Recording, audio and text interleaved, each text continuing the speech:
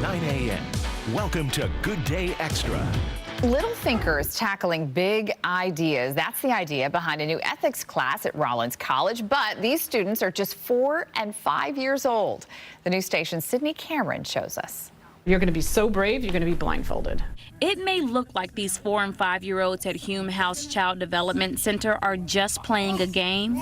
Brooklyn, go for it. Go for it. But they're actually exploring some hard-hitting questions about ethics. By taking turns being blindfolded and relying on their classmates to lead them to a hidden object, they're experiencing what it means to be brave. You were afraid when you were doing that? No. They also do artwork and read a story about bravery, discussing what it means to be brave. Running away means you get out of the safe situation. It's all part of a new philosophy curriculum published this year on how to teach big ideas to young thinkers. Diane Doyle is the preschool's director and the book's co-author. Because children are very philosophical. You know, they have big questions, they don't understand certain things, and they ask questions because they're not limited in their idea that they can't. Doyle says they want to continue fostering that thoughtful approach, teaching kids to listen, think, and respond. Rollins College students like Rachel Wasserman created the lesson plans. They explored themes like self-care and moderation. Just like see them say, how do I do this, or what about this, or I agree because, or I disagree because. Those are skills that I didn't learn until I came to Rollins. Parents can even take point at home to encourage their young thinkers. In Winter Park, Sydney Cameron, Fox 35 News.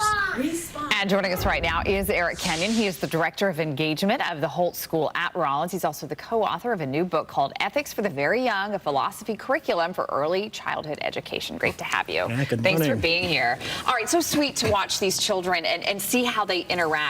But these are subjects that they are tackling that, in most cases, they have never heard of before. Is that right? I don't know. I mean, people think of philosophy as being this very abstract thing, but a lot of it's just how do we figure out things that are hard to figure out? And if you're 4, there's a lot of things that are hard to figure out, right? You know, what's a friend? What's fair? It's come up all the time. Right. We're just giving them a way of dealing with these issues. Is it a way to sort of help them to develop some emotional intelligence? Oh, sure. Yes, I think a lot of the time when kids get frustrated, it's because they're trying to express themselves and they don't really know how. So we play a lot of games with them, like helping them agree and disagree and say why they agree and disagree. So when it comes to the playground, you know, if you're arguing over who gets that swing, rather than just dictating, it becomes a teachable moment. So yeah, I think the emotional control kind of comes out of it.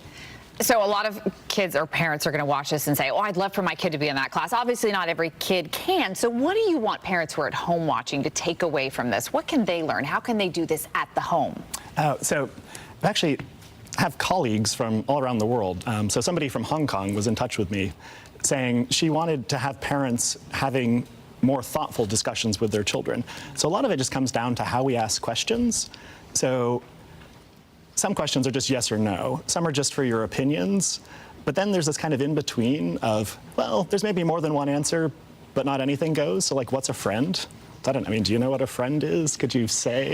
Right, it's hard to describe. It's something that's hard to describe. And for children, sometimes even harder because they don't have the vocabulary that we have. The trick, though, is that philosophers have been thinking about this stuff for centuries, or thousands of years, actually. So what we've done is to take a bunch of these ideas and boiled them down and give it to parents and teachers, saying, hey, here's some ideas, here's some books that raise these ideas, here's some activities you could do with your kids. So it's really just something to spark discussion and give models for how to do this kind of stuff. And as parents, we know they're way more intelligent than a lot of times they're given credit for. Oh, totally. Yeah, they're so smart. Smart little people. We certainly appreciate you being here with us this morning. Eric Kenyon, thank you so much. And of course, pick up his new book. It's out now. Great to have you. Thank you.